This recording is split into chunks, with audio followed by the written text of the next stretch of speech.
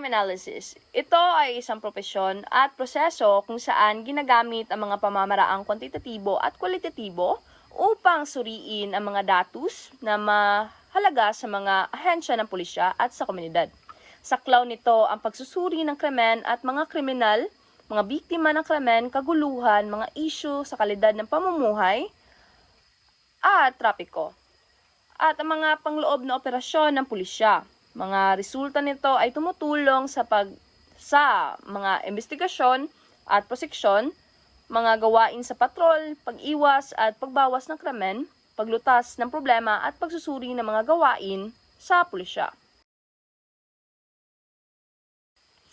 Strategic crime analysis. Strategic crime analysis is the analysis of a data directed towards development and evaluation of long-term strategies, policies, and prevention techniques. Its subjects include long-term statistical trends, hotspots, and problem.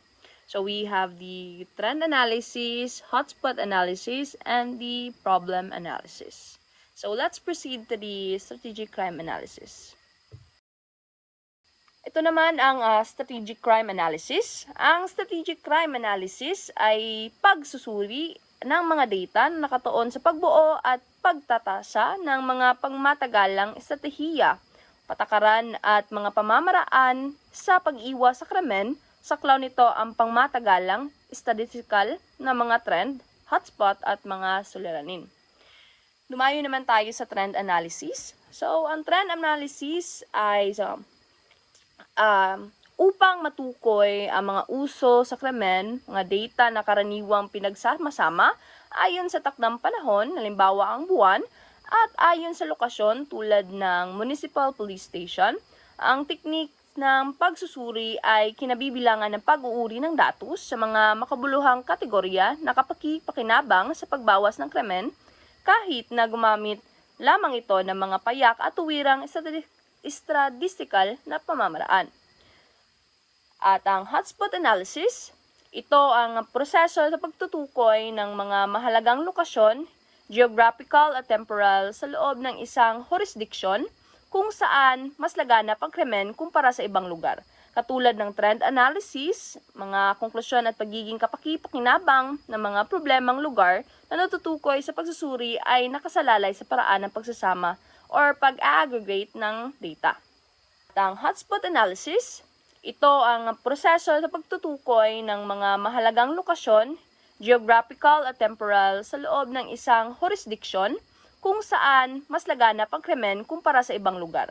Katulad ng trend analysis, mga konklusyon at pagiging kapakipakinabang ng mga problemang lugar na natutukoy sa pagsusuri ay nakasalalay sa paraan ng pagsasama or pag-aggregate ng data. Problem analysis. Ito ay isang lapit, paraan, prosesong isinasagawa sa loob ng ahensya ng pulisya, kung saan ginagamit ang formal na teorya ng kriminal na hustisya, mga pamamaraang pananaliksik at komprehensibong pangangalap at pagsusuri ng datos sa isang sistematiko at masusing paraan upang suriin ng malaliman at bumuo ng angkop na tugon at suriin ang bisa ng mga problema sa krimen at kaguluhan.